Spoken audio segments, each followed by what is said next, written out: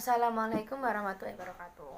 Perkenalkan, nama saya Agnes Widiana dengan NIM 4121130, Fakultas Ekonomi dan Bisnis Islam, jurusan Ekonomi Syariah, Universitas Islam Negeri Abdurrahman Wahid tahun 2021-2022. Video ini dibuat untuk memenuhi tugas mata kuliah Filsafat Umum dengan dosen pengampu Bapak Fatur Rahman ME. Berikut jawaban dari tugas tersebut. Yang pertama itu pengertian filsafat dan berpikir filosofis. Menurut bahasa, filsafat disebut falsafa. Filsafat berasal dari kata Yunani yang terdiri dari Filipin yang artinya cinta dan Sophia yang berarti kebijaksanaan. Jadi secara etimologi dapat didefinisikan sebagai cinta kebijaksanaan dalam arti yang mendalam.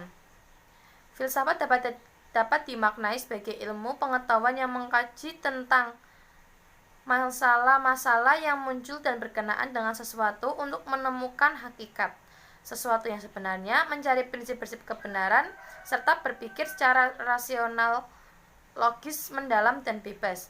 Referensi dari Fadil Lubis, Pengantar Filsafat Umum, Medan Perdana Publishing 2015, halaman 5. Selanjutnya itu berpikir filosofis, yaitu berpikir untuk memahami hakikat dan kenyataan dalam rangka menemukan kebenaran sejati. Pada berpikir filosofis, sang pemikir berusaha mendapatkan jawaban tentang makna di balik sesuatu yang ilmiah dan segala hal yang nyata, ada dan mungkin ada namun tidak atau belum terjangkau kajian ilmiah. Referensi HTTPS repository UNG-SCID Guide Karya Ilmiah Relasi Ilmu Filsafat dan Pendidikan PDF. Nomor 2, sejarah pertumbuhan filsafat dan persoalan-persoalan perfilsafatan. Sejarah perkembangan filsafat berkembang atas dasar pemikiran kefilsafatan yang telah dibangun sejak abad 6 sebelum Masehi. Ada dua orang filsuf yang corak pemikirannya dikatakan mewarnai diskusi filsafat sepanjang sejarah perkembangan, yaitu Herakleitus pada tahun 535 sampai 475 sebelum Masehi dan Parmenides 540 sampai 475 sebelum Masehi. Pembagian secara periodisasi filsafat barat adalah zaman kuno, zaman abad pertengahan, zaman modern, dan masa kini. Aliran yang muncul dan berpengaruh terhadap pemikiran filsafat adalah positivisme, marxisme, eksistensialisme, fenomenologi, pragmatisme, dan neokantianisme. Dan yang terakhir itu neotomisme. Adapun pada filsafat Islam hanya ada dua periode, yaitu periode mutakalimin dan periode filsafat Islam.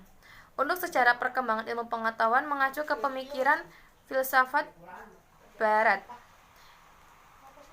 Referensi http klipa.com story 1462 sejarah perkembangan filsafat ilmu. Selanjutnya itu persoalan kefilsafatan.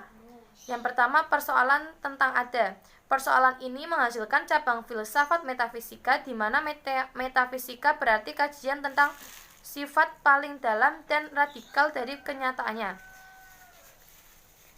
Kedua itu persoalan tentang pengetahuan, menghasilkan cabang filsafat epistemologi yang berarti cabang pengetahuan.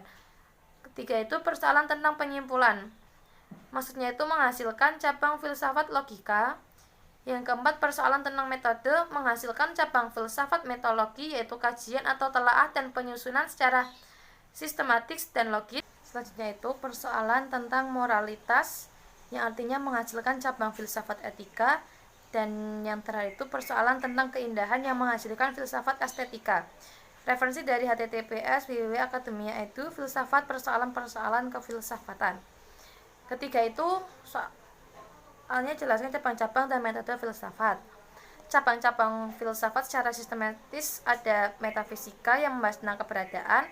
Kedua, epistemologi membahas mengenal sumber-sumber, karakteristik, dan kebenaran pengetahuan. Yang ketiga, logika membahas tentang bidang pengetahuan. Yang keempat itu etika, membahas mengenai hal-hal yang baik atau buruk pada perilaku manusia. Kelima, sejarah filsafat yang memuat berbagai pemikiran kefilsafatan mulai dari zaman pra-Yunani hingga zaman modern. Referensi dari buku Asmara Ahmadi 2017, Filsafat Umum Depok Raja Wali Press, halaman 12. Selanjutnya itu metode filsafat. Metode filsafat yang pertama itu metode kritis, yaitu artinya menganalisis istilah dan pendapat dengan mengajukan pertanyaan secara terus-menerus sampai hakikat yang ditanyakan. Kedua itu metode intuitif, yaitu melakukan introspeksi instinktif dengan memakai simbol-simbol. Yang ketiga metode analisis abstraksi, yaitu dengan jalan memisahkan. Yang ketiga itu metode analisis abstraksi, yaitu dengan jalan memisah-misahkan atau menganalisis di dalam angan-angan hingga sampai pada hakikat. Referensi Asmara Ahmadi 2017, Filsafat Umum Depok Raja Wali Press, halaman 22. Yang keempat itu hubungan filsafat dengan disiplin ilmu ekonomi. Filsafat ilmu ekonomi berkaitan dengan pembahasan yang menjelaskan landasan yang mendasari konsepsi, metodologi, serta etika dalam disiplin ilmu.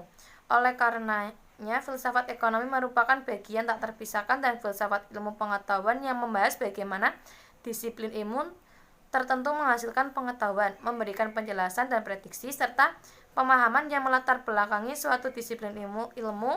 Sekalipun demikian, terdapat beragam perdebatan yang sangat intensif dan terus berkembang dalam upaya mengokohkan filsafat ilmu ekonomi dari perspektif filsafat ilmu pengetahuan, khususnya terkait dengan aspek metodologis, rasionalitas, etika, dan aspek normatif yang terdapat dalam ilmu pengetahuan. Sumber dari Tahim Muhammad An Heri Purwanto, Filsafat Ekonomi Islam Syariati, Jurnal Studi Al-Quran dan Hukum, Mat 01 2018, 105-114. Yang terakhir itu sebutkan nama-nama dan tahun tokoh filosof dan pemikiran-pemikirannya.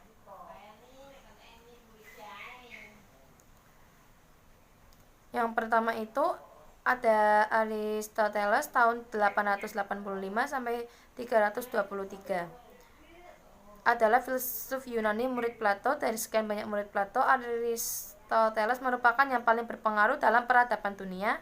Ketika pengetahuan manusia masih terlalu umum dan luas, dia membagikannya dalam subjek kategori berbeda seperti fisika, metafisika, puisi, biologi, matematika, retorika, hingga politik. Aristoteles memang menjadi tokoh filsafat Yunani yang pengaruhnya dirasakan hingga saat ini. Yang kedua itu Socrates. Socrates adalah seorang pemikir yang sangat berpengaruh dalam tradisi filosofi barat karena hasil atau buah pemikirannya. Socrates ini pada tahun 469 sampai 399. Salah satu gagasannya yang paling fenomenal adalah metode Socrates, yaitu suatu bentuk penelaan filosofis dengan mengeksplorasi implikasi dari posisi lawan bicara untuk merangsang munculnya pemikiran rasional dan gagasan baru. Hingga akhirnya Socrates dihukum mati karena merusak keyakinan para pemuda akan dewa-dewa. Yang ketiga ada Plato pada tahun 427 sampai 347. Filsuf Yunani murid Socrates yang memiliki pandangan filosof sama seperti gurunya, yaitu Plato. Meski demikian, Plato merupakan seorang pemikir yang lebih sistematis dari gurunya. Salah satu hasil pemikiran Plato adalah tentang idea yang menurutnya ialah sebuah realitas yang sebenarnya dapat dikenali oleh panca indera apabila dari segala sesuatu yang ada. Plato juga merupakan pendiri dari Akademi Platonik di Athena, sekolah tinggi tingkat pertama di dunia barat. Dalam pandangan fisika, Plato setuju dengan pemikiran Pythagoras. Yang keempat ada Xenocritium, yang merupakan seorang filsuf kuno yang sedikit berbeda dari para filsuf lainnya. Ketika banyak filsuf menggunakan akal dan pengetahuan untuk menafsirkan alam, berbeda dengan Zeno yang justru menghabiskan waktunya untuk memikirkan paradoks gerak dan pluralitas. Yang kelima ada Thales pada tahun 620 sampai 546. Ia adalah seorang filsuf yang menghasilkan banyak buah pemikiran, salah satunya yang menyatakan bahwa air adalah prinsip dasar segala sesuatu. Air menjadi pangkal pokok dan dasar dari segala-galanya yang ada di dalam semesta. Thales juga dinobatkan sebagai bapak filsafat kuno oleh para sejarawan. Selanjutnya ada Pythagoras pada tahun 570 sampai 495. Ia adalah seorang ahli filsafat Yunani klasik dan perintis aliran Pythagoreanisme. Dia juga ahli matematika yang berhasil menciptakan teorema Pythagoras. Banyak pemikiran dari Pythagoras yang memengaruhi filsafat modern. Selanjutnya yaitu Anaxagoras pada tahun 500 sampai 428. Ia seorang filsuf Yunani kuno yang kebanyakan buah pikirnya tentang realitas alam semesta. Ide-idenya cukup kontras dan bertabrakan dengan ideologi kontemporer sehingga membuatnya terasingkan, bahkan terancamnya nyawa. Yang selanjutnya ada Albertus Magnus pada tahun 1200 sampai 1280 dengan konsep pemikirannya tentang harga yang adil dan pantas. Maksudnya ialah dalam aktivitas tukar-menukar barang harus dilakukan dengan logis tanpa unsur melebih-lebihkan biaya yang sebenarnya tidak perlu diperhitungkan. Selanjutnya Thomas Aquinas pada tahun 1225 sampai 1274 dengan konsep pemikirannya tentang bunga yang divonis sebagai riba. Memungut bunga dari uang yang dipinjamkan menurutnya sangat tidak adil karena sama dengan menjual sesuatu yang tidak ada. Yang terakhir itu ada Jean-Baptiste Colbert pada tahun 1619 sampai 1683. Ia seorang pejabat negara Prancis yang menyatakan bahwa banyak terjadi aliansi antara penguasa dan pedagang. Penguasa memberi perlindungan kepada pedagang untuk hak monopoli dan keistimewaan lainnya. Alhamdulillah, tadi adalah jawaban dari tugas filsafat umum. Baik, terima kasih. Wassalamualaikum warahmatullahi wabarakatuh.